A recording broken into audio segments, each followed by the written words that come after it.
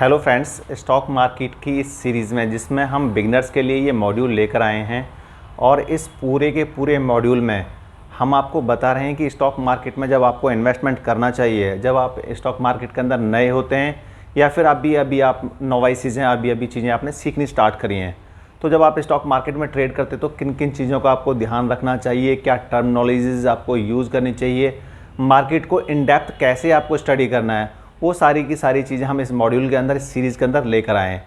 आज हम आपको बताएंगे डेरिवेटिव मार्केट। डेरिवेटिव मार्केट जो भी न्यू एंट्रेंट्स होते हैं मार्केट के अंदर, उन सब के लिए बहुत ही कन्फ्यूजिंग, बहुत ही इल्यूशन भरा रहता है और माइंड में ब्लो करते रहते हैं तरह तरह के क्वेश्चन कि आखिर डेरिवेटिव मार्केट कैसे काम करता है और डेरिवेटिव मार्केट कैसे ट्रेड होता है, प्रैक्टिकली इसका स्ट्रक्चर क्या है, ये किस एम के लिए ये तैयार है ये इंस्ट्रूमेंट, और कैसे ये मार्केट के अंदर काम करता है। मैं Ishwar Singh, technical analyst, SEBI registered investment advisor एवं मेंटर। आप मेरी वीडियोस को लास्ट तक देखें ताकि मैं जो मैसेज आपको कन्वे करना चाहता हूं वो मैसेज आप तक पहुंच पाए, आप समझ पाओ कि डेरिवेटिव एक्चुअल में कैसे मार्केट के अंदर ट्रेड करता है। इसको चैनल को ज़्यादा से ज़्यादा आप सब्सक्राइब कीजिए, इसको शेयर कीजिए, इसको लाइक कीजिए, ताकि इस तरीके की इन्फॉर्मेटिव वीडियोज़ स्टॉक मार्केट के ऊपर मैं आप तक पहुँचाता रहूँ। तो फ्रेंड्स, डेरिवेटिव होता क्या है? डेरिवेटिव बेसिकली इसका कोई अपना एक इंडिविजुअल कोई इसका आइडेंटिटी नहीं होता, इसका अपना कोई वैल्यू नहीं होता, इसका कोई भी इंट्रिंसिक वैल्यू नहीं होता। ये वैल्यू कहाँ से ड्राइव करता है? ये वैल्यू ड्राइव करता है किसी भी अंडरलाइंग असेट से। एक एग्जांपल मैं आपको देता हूँ। सपोज़ कि आपने कोई प्रॉपर्टी का एग्रीमेंट किया और प्रॉपर्टी के एग्रीमेंट में क्या हुआ, आपके एग्रीमेंट के पेपर तैयार हुए और उस प्रॉपर्टी का कॉस्ट है 5 लाख रुपये। लेकिन अभी जिस टाइम पर आपका एग्रीमेंट हुआ तो आपको as an token amount ₹1 lakh pay करना है सेलर को। आपने 1 लाख रुपये से उसको दिए सेलर को, तो आपके बीच में एक एग्रीमेंट तैयार हुआ, एक रिटन डॉक्यूमेंट तैयार हुआ और that is the authorize signatories. वो ऑथराइज जो सिग्नेटरीज हैं उनके द्वारा साइन भी किया गया। तो अभी क्या हुआ, उस जो पेपर था, वो पेपर जो कागज़ का टुकड़ा था, उस कागज़ के टुकड़े की कीमत क्या हो गई? 1 लाख रुपीज़। अगर मैं उसको अलग से देखूं, उस कागज़ के टुकड़े का इंट्रिंसिक वैल्यू निकालूं, तो कागज़ का टुकड़ा रद्दी के टुकड़े से ज़्यादा नहीं है, उसका 10-20 पैसे रुपए से ज़्यादा का कॉस्ट नहीं है। यहाँ उसका कॉस्ट क्यों बना? यहाँ उसका कॉस्ट बना सिर्फ क्योंकि उस पर एक एग्रीमेंट लिखा गया है और उस एग्रीमेंट को लिखने के बाद में जो ऑथराइज सिग्नेटरीज हैं उनके उसके ऊपर साइन हुए हैं। तो डेरिवेटिव का मतलब आप समझे, वैल्यू डिराइव करता है। इसने कहाँ से डिराइव करी वैल्यू? इसने ड्राइव करी वैल्यू उस प्रॉपर्टी से जिस प्रॉपर्टी को लेकर ये एग्रीमेंट हुआ है। कुछ टाइम बाद अगर आपकी रजिस्ट्री हो जाती है तो रजिस्ट्री के ऊपर भी आपको 5 लाख रुपए का वैल्यू बन गया। तो जो 5 लाख रुपए का वैल्यू बना, वो रजिस्ट्री के जो पेपर्स का जो वैल्यू बना, वो कहाँ से बना? उस लैंड से बना, उस प्रॉपर्टी से बना जिस प्रॉपर्टी का आपने रजिस्ट्री कराया है। तो बेसिकली मैं समझता हूँ कि आपको क्लियर हो गया होगा, डेरिवेटिव मतलब जिसका वैल्यू किसी दूसरी असेट से डिराइव किया गया हो। फाइनेंशियल असेट्स की अगर मैं बात करूं तो यहाँ पर वैल्यू ड्राइव की जाती है स्टॉक से, बॉन्ड से, डिबेंचर से, वहाँ से इसका वैल्यू ड्राइव किया जाता है। उसका शैडो यहाँ काम ट्रेडिंग के लिए यूज़ होता है। अगर मैं बात करूँ कॉमोडिटी असेट्स की तो यहाँ पर गोल्ड हो गया, सिल्वर हो गया, एल्युमिनियम, लेड, निकल, zinc, crude, copper, natural gas, silver, यहाँ से उसका वैल्यू ड्राइव किया जाता है। तो ये है डेरिवेटिव। अब डेरिवेटिव कितने तरीके का होता है और ये मार्केट में कैसे कैसे, किस किस सेगमेंट में, किस किस फीचर्स के साथ में काम करता है, वो समझने की बात है। तो डेरिवेटिव को 4 सेगमेंट्स में डिवाइड करते हैं। फॉरवर्ड कॉन्ट्रैक्ट, पहला कौन सा हो गया? Forward contract. नेक्स्ट हो गया आपका future contract, option contract, swap contract. तो फॉरवर्ड कॉन्ट्रैक्ट फ्रेंड्स क्या होता है?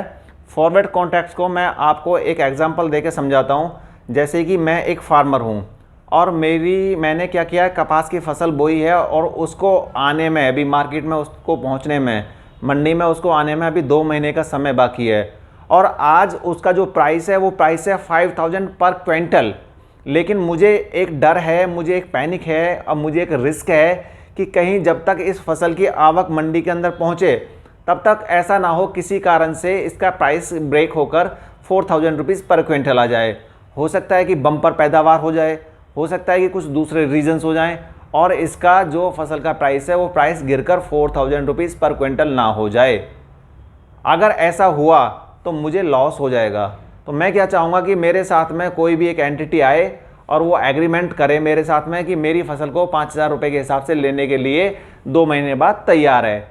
इधर एक दूसरी कंपनी है, उस कंपनी को क्या लगता है कि कहीं ऐसा ना हो फसल का दाम बढ़कर 5,500 हो जाए या 6,000 हो जाए, किसी रेन स्टॉर्म की वजह से, हेल स्टॉर्म की वजह से या फिर हैवी रेन की वजह से फसल बर्बाद हो जाए और फसल की आवक कम हो जाए, और आवक कम हुई तो उसके प्राइसेस बढ़ सकते हैं। तो इसलिए वो भी कंपनी भी चाहती है कि वो एक ऐसे एग्रीमेंट में आए किसान के साथ में जहां उसको ₹5,000 के हिसाब से उसको पर क्विंटल वो आपको कपास का फसल मिल सके। तो यहाँ दोनों के लिए क्या है, दोनों के लिए विन विन सिचुएशन है। दोनों के लिए किसान भी यही चाहता है और कंपनी भी यही चाहती है। दोनों विन विन पोजीशन के अंदर आ जाते हैं। दोनों के बीच में एक म्यूचुअल एग्रीमेंट होता है, वो रिटर्न होता है और उसके बाद में दोनों एक दूसरे के लिए ऑब्लाइज्ड हो जाते हैं। उसको फसल उसको देनी है, उसको वो प्राइस उसको पे करना है। ठीक है। अगला रहता है contract, future contract. Future contract क्या रहता है? फ्यूचर कॉन्ट्रैक्ट बेसिकली सारा का सारा ऐसे ही कॉन्ट्रैक्ट होता है जैसे कि फॉरवर्ड कॉन्ट्रैक्ट। इसमें भी 2 पार्टीज होती हैं, दोनों पार्टीज के बीच में इसी तरीके का एक एग्रीमेंट होता है, लेकिन इसमें स्टॉक एक्सचेंज बीच में इन्वॉल्व होता है। और स्टॉक एक्सचेंज क्या काम करता है? स्टॉक एक्सचेंज काम करता है एक इंटरमीडियरीज का, एक मध्यस्थता का काम करता है, जहां पर वो आपको गारंटी करता है कि जो बायर है उसको डिलीवरीज मिलेंगी और जो सेलर है उसको पैसा मिलेगा। यानी कि वहाँ पर किसी भी तरीके का कोई काउंटर पार्टी रिस्क नहीं है। स्टॉक एक्सचेंज अपने आप में बहुत ही ऑर्गेनाइज्ड एक्सचेंज है और ये रेगुलेट किया जाता है सेबी के द्वारा। तो यहाँ पर बायर और सेलर के लिए रिस्क जीरो, रिस्क या कोई डिफ़ॉल्ट करने का ना के बराबर कोई चांस रहता है। यहाँ पर 100% वो सिक्योर रहता है, इन्वेस्टर भी सिक्योर रहता है और सेलर भी सिक्योर रहता है। दोनों के दोनों पार्टीज सिक्योर रहती हैं। उसको पता है कि उसने पेमेंट किया तो उसको डिलीवरीज मिलेंगी, उसे पता है कि उसने डिलीवरीज की तो उसको पेमेंट मिलेगी। यहाँ पर कोई भी किसी को चीट नहीं कर सकता। लेकिन फॉरवर्ड कॉन्ट्रैक्ट में क्या रहता है? वो ओवर द काउंटर होता है। ओवर द काउंटर में ये रिस्क रहता है कि कोई भी डिफ़ॉल्ट बीच में कर सकता है, ये रिस्क बना रहता है। फॉरवर्ड कॉन्ट्रैक्ट रहता है कस्टमाइज कॉन्ट्रैक्ट, वो अपने हिसाब से, अपनी ज़रूरत के हिसाब से प्लस माइनस उसकी क्वांटिटी, उसका प्राइस प्लस माइनस थोड़ा बहुत कर लिया जाता है। लेकिन ये है स्टैंडर्डाइज कॉन्ट्रैक्ट। अगर हमने आज फ्यूचर के लिए कोई डील की है स्पेसिफाइड डेट के लिए आज के प्राइस पर, तो वो प्राइस भी स्टैग्नेंट है और वो लॉट्स के साइज़ भी स्टैग्नेंट हैं, क्योंकि इसमें जितने लॉट के लिए मैंने डील किया है, यहाँ ट्रेड रिटेल में नहीं होता फ्यूचर के अंदर या फॉरवर्ड के अंदर। इनमें क्या होता है? लॉट्स में डील होता है फ्यूचर कॉन्ट्रैक्ट के अंदर। तो या तो आप एक लॉट खरीदेंगे या मल्टीपल लॉट खरीदेंगे, एक के मल्टीपल में। और लॉट में फिक्स रहता है साइज़ की 1000 स्टॉक्स का एक लॉट है या 100 स्टॉक्स का एक लॉट है या 150 स्टॉक का एक लॉट है, तो ये साइज़ आपका फिक्स रहता है। ठीक है। यहाँ पर काउंटर पार्टी रिस्क खत्म होता है, यहाँ पर स्टॉक एक्सचेंज इन्वॉल्व होता है, यहाँ पर आपको जो कॉन्ट्रैक्ट आपके रहते हैं वो स्टैंडर्डाइज कॉन्ट्रैक्ट रहते हैं और फॉरवर्ड मार्केट के अंदर कस्टमाइज कॉन्ट्रैक्ट रहते हैं। यहाँ आपको नियर मंथ, नेक्स्ट मंथ और फार मंथ के कॉन्ट्रैक्ट आपको मिलते हैं। जिस मंथ में आप जाकर जिस मंथ के लिए आप अपना एग्रीमेंट करना चाहें उसके लिए एग्रीमेंट कर सकते हैं। स्टॉक एक्सचेंज पर ये डेरिवेटिव इजीली अवेलेबल होते हैं, लेकिन फॉरवर्ड कॉन्ट्रैक्ट जो रहता है वो स्टॉक एक्सचेंज के ऊपर अवेलेबल नहीं होता। मैक्सिमम मतलब 10 टाइम, 20 टाइम, 30 टाइम स्टॉक्स के कंपैरिजन में फ्यूचर के अंदर ज़्यादा ट्रेड होता है, क्योंकि फ्यूचर में क्या रहता है कि एक टोकन अमाउंट पे करनी होती है। कुछ अमाउंट पे करने के बाद में आप उस फ्यूचर के लिए उस सर्टेन प्राइस पर उस स्पेसिफाइड डेट तक के लिए उसको बुक कर लेते हैं, उस पर्टिकुलर स्टॉक को, पर्टिकुलर कमोडिटी को। और पे क्या करना पड़ता है उसके बदले में? एक टोकन अमाउंट, एक थोड़ा अमाउंट। आपने 5 लाख का स्टॉक परचेज किया, लेकिन आपको पे कितना करना पड़ा? 1 लाख रुपीज़, यानी कि एक टोकन अमाउंट आपको पे करना पड़ा। अब ज़्यादातर होता क्या है कि डिलीवरीज बहुत रेयर पॉसिबिलिटीज़ में ली जाती है। हालांकि इसमें डिलीवरी का ऑप्शन रहता है कि अगर आप एक्सपायरी डेट पर उसको एक्सरसाइज नहीं करते हैं तो आपको उसकी डिलीवरीज लेनी पड़ेंगी। अगर आपने सेल किया तो आपको उसकी डिलीवरीज देनी पड़ेंगी। लेकिन यहाँ क्या होता है, 99% क्या होता है, ये ट्रेडिंग इंस्ट्रूमेंट की तरह इस्तेमाल होता है। यानी कि आपने ले तो लिया, लेने के बाद में जब भी उसका रेट बढ़ा तो आपने उसको बेच के निकल गए, तो यहाँ पर आप प्रॉफिट अर्न किया और निकल गए। रेट टूटा भी तब भी आप उसमें डिलीवरीज लेना नहीं चाहते। जो भी लॉस आया वो लॉस आपने बुक किया और मार्केट से बाहर हो गए। फ्यूचर में दोनों फैसिलिटीज़ अवेलेबल होती हैं। आप बाय करके भी किसी लॉट को चल सकते हैं, किसी फ्यूचर कॉन्ट्रैक्ट को चल सकते हैं, आप उसको सेल करके भी चल सकते हैं। अगर आप उसको सेल करके चलते हैं तो आपको उसको बाय करना होता है बिफोर द एक्सपायरी डेट। अगर आप उसे बाय करके चलते हैं तो बिफोर द एक्सपायरी डेट आपको सेल करना होता है। तो कॉन्ट्रैक्ट को जीरो करना होता तब आप उस कॉन्ट्रैक्ट से बाहर होते हैं, या फिर आपको फिर एक्सपायरी डेट पर उसकी डिलीवरीज लेनी पड़ती हैं या फिर देनी पड़ती हैं। ठीक है, गॉट इट। अगला कॉन्ट्रैक्ट है ऑप्शन कॉन्ट्रैक्ट। ऑप्शन में क्या रहता है? ऑप्शन में एक राइट रहता है ऑप्शन होल्डर के पास में कि वो एक प्रीमियम अमाउंट पे करने के बाद में अपने ऑप्शन को उस एक्सपायरी डेट पर एक्सरसाइज करे या एक्सरसाइज ना करे, वो दोनों ऑप्शन उसके पास में होते हैं। यानी कि उसको राइट तो रहता है एक्सरसाइज करने का, अगर ऑप्शन का जो बायर है उसको बाय करने का राइट है, बट नॉट द ऑब्लिगेशन, उसको कोई ऑब्लिगेशन नहीं है। मैं एक एग्जांपल से आपको समझाता हूँ। मैं एक कार के शोरूम पे गया, मैंने एक कार बुक कराई और उसके बदले में 20,000 रुपये मैंने उसको token amount as an advance उसको पे किया। और डील हमारी क्या हुई कार डीलर के साथ में कि कार अभी अवेलेबल नहीं है, कार अवेलेबल होगी 3 महीने बाद में, लेकिन 3 महीने बाद में आपको 10 लाख रुपए में ये कार मिलेगी। तो डील हमारी डन हुई, मैंने उसको एडवांस अमाउंट पे किया, बुकिंग अमाउंट उसको पे किया और उसने मुझे डन किया, डॉक्यूमेंट मेरा तैयार किया कि 3 महीने बाद आपको गाड़ी 10 लाख रुपए में मिल जाएगी। अभी सिचुएशन क्या है, 3 महीने बीते और 3 महीने बाद किसी हिसाब से उस गाड़ी का प्राइस टूटकर 9,50,000 हो गया। यानी कि कोई दूसरा कंपटीटर भी उसकी गाड़ी लॉन्च कर दी है उसी सेगमेंट के अंदर, या दूसरा जो भी रीजन है उसका डिमांड गिरा है, या जो भी रीजन रहा है, कोई भी रीजन रहा है, लेकिन उस गाड़ी का जो प्राइस है वो गिरकर 9,50,000 आ गया और मैंने टोकन अमाउंट कितना पे कर रखा था, 10,000 रुपीज़। तो अब मेरे पास में ये राइट तो है कि मैं उसको 10 लाख रुपए में खरीदूं या ना खरीदूं, बट नॉट ऑब्लिगेशन। मुझे कोई ऑब्लिगेशन नहीं है कि मैं उस गाड़ी को खरीदूं ही खरीदूं। मैं क्या करूंगा, उसका प्राइस गिर गया 9,50,000, मैं उस एग्रीमेंट को ही कैंसिल कर दूंगा और मैं क्या करूंगा, ओपन मार्केट से 9,50,000 में वो कार परचेज कर लूंगा। यहाँ मुझे गाड़ी कितने की पड़ी, 10,000 तो टोकन अमाउंट मैंने जो दे रखा था वो मेरा न्यूलीफाई हो गया, वो मेरा वेस्ट हो गया। 9,50,000 मैंने गाड़ी के लिए पे किया, यानी कि अभी मुझे टोटल कितना अमाउंट पे करना पड़ा, 9,60,000 रुपीज़। मतलब अभी भी मैं 10 लाख से कम में गाड़ी परचेज करके ले आया, मुझे यहाँ 40,000 का प्रॉफिट है। लेकिन अगर गाड़ी का प्राइस 10,50,000 हो जाता है तो जो डीलर है जिसको मुझे गाड़ी देनी है वो डिनाई नहीं कर सकता कि सर आपकी और मेरी डील तो 10 लाख में हुई थी और आज तो इसका प्राइस 10,50,000 हो गया है, 10,60,000 हो गया है, सर मैं आपको गाड़ी नहीं दूंगा। वो ऑब्लाइज्ड है, उसको गाड़ी देनी पड़ेगी क्योंकि एग्रीमेंट में है, बट मुझे ऑब्लिगेशन नहीं है मैं वो गाड़ी परचेज करूं या ना करूं। लेकिन यहाँ कंडीशन क्या है कि गाड़ी का प्राइस बढ़ा हुआ है, अगर मुझे गाड़ी परचेज करनी है तो मैं इसी एग्रीमेंट के अंदर जाकर उस गाड़ी को परचेज करूंगा। अगर मैंने ओपन मार्केट से इसको परचेज किया तो मुझे 10,50,000 रुपये उसके लिए पे करने पड़ेंगे। अभी क्या है कि मेरे को 10 लाख रुपए ही पे करने पड़ेंगे। तो यहाँ क्लियर हुआ, ऑप्शन का जो बायर होता है उसको राइट होता है उसको बाय करने का, बट नॉट एनी ऑब्लिगेशन। और ऑप्शन में भी 2 तरीके का ऑप्शन होता है। अभी मैंने ये ऑप्शन आपको बताया, इसमें क्या रहता है, कॉल ऑप्शन।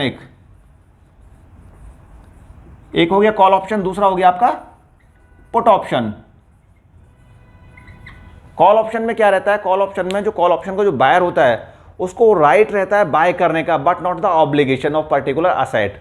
जिस असेट को वो बाय कर रहा है, यानी कि कॉल ऑप्शन का जो बायर है जिस भी अंडरलाइंग असेट को वो परचेज कर रहा है, सपोज कि एक ABC स्टॉक है उसका वो कॉल परचेज कर रहा है, तो उसके पास में राइट है कि वो डिलीवरी वाले दिन, यानी कि जो सर्टिफाइड डेट है, जो स्पेसिफाइड डेट है, जिस डेट के लिए वो एग्रीमेंट है, उस डेट पर जाकर वो उस स्टॉक को परचेज करे, यानी कि उसकी डिलीवरी ले या ना ले, वो उसको राइट है, बट नॉट ऑब्लिगेशन। लेकिन अगर उसने बाय कर रखी है कॉल और वो उस टाइम पर डिलीवरी लेना चाहता है स्टॉक्स की, तो सेलर को क्या करना होगा, सेलर को डिलीवरीज देनी पड़ेंगी क्योंकि वो ऑब्लाइज्ड है। अब दूसरा ऑप्शन क्या है, पुट ऑप्शन। जो पुट ऑप्शन का जो बायर होता है उसके पास में राइट रहता है कि उस पर्टिकुलर सिक्योरिटीज़ को सेल करने का, तो वो उस पर्टिकुलर डेट के ऊपर, उस स्पेसिफाइड डेट के ऊपर उस सिक्योरिटीज़ को सेल कर सकता है। सेल करेगा तो उसको बाय करना पड़ेगा, जो दूसरी पार्टी है उसको बाय करना पड़ेगा, उसके पास में राइट नहीं है कि वो मना कर सके।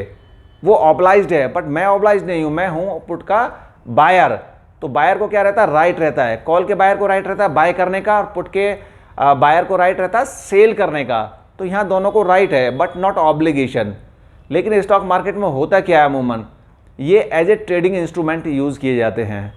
ये वैसे तो हैजिंग टूल भी हैं, ये लोग अपने पोर्टफोलियो को सिक्योर करने के लिए as a hedging tool options को यूज़ करते हैं, लेकिन ये ट्रेडिंग टूल भी हैं। लोग ज़्यादातर इसको हैजिंग करने में कम इस्तेमाल करते हैं, डिलीवरी लेने में बहुत ही कम इस्तेमाल करते हैं, एज ए ट्रेडिंग टूल इसको ज़्यादा इस्तेमाल करते हैं।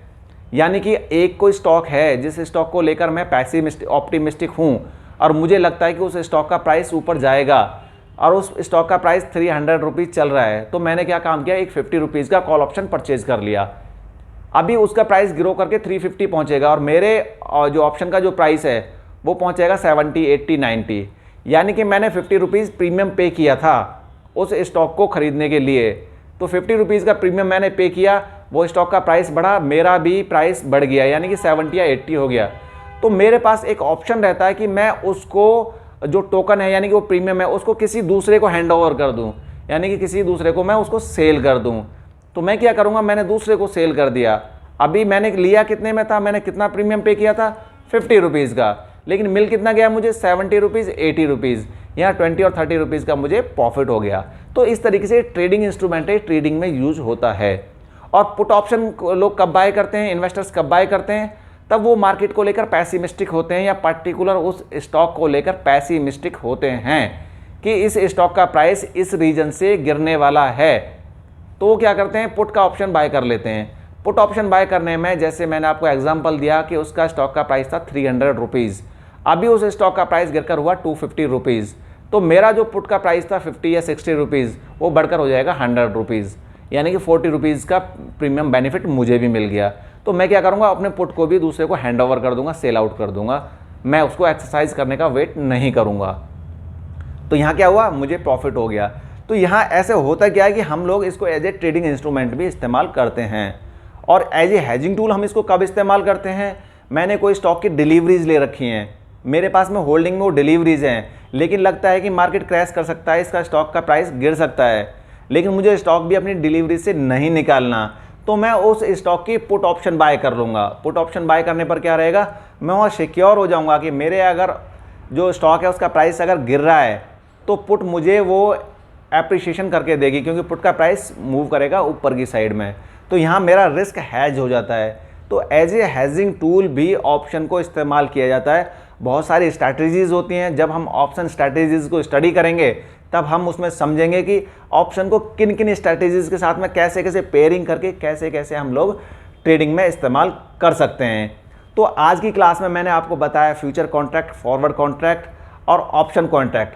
स्वैप कॉन्ट्रैक्ट की अगर मैं बात करूं तो ये बहुत ज़्यादा फेमस या पॉपुलर एक ऑप्शन नहीं है, स्टॉक मार्केट में ट्रेड भी नहीं होता ये, तो इसलिए इसके बारे में हम इन डेप्थ स्टडी नहीं करेंगे। आगे अगली क्लासेस में मैं आपके लिए लेकर आऊँगा कि कैसे कमोडिटी एक्सचेंज काम करता है, कैसे डिपॉजिटरीज काम करते हैं, म्यूचुअल फंड्स के क्या स्ट्रक्चर्स रहते हैं और वो कैसे मार्केट के अंदर काम करते हैं। आपने इस वीडियो को अंत तक देखा, आपका बहुत बहुत धन्यवाद।